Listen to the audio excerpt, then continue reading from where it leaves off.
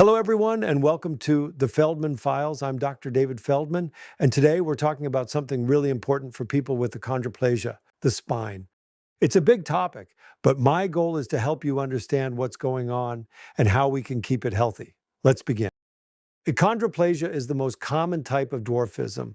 It happens in about 1 out of every 20,000 births. That means many doctors may never see a patient with it in their careers, so understanding it, especially the spine, is really important. Let's start with the spine and the skull.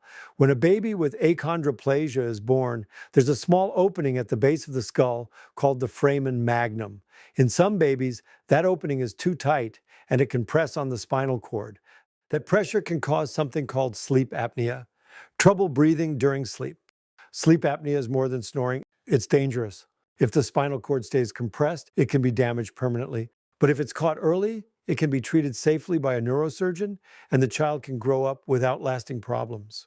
However, spinal complications are not limited to infancy and early childhood. As children and adults grow, I often see them for other spinal problems like spinal stenosis. That means the tunnel inside the spine gets too tight for the nerves traveling through it. When those nerves get squeezed, it can cause pain, weakness, or numbness, especially in the legs.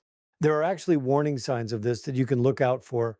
If your legs feel weak or tingly, if you find yourself needing to squat to rest, or if you have trouble holding your urine, these might be signs of spinal stenosis. The key is to notice changes early and get checked before it gets worse.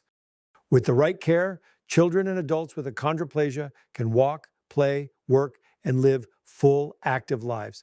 The most important thing is not to wait. Get checked early and often. So remember, spinal problems in achondroplasia are avoidable and treatable. Ask questions, stay aware, and if something doesn't feel right, see a doctor who knows achondroplasia well.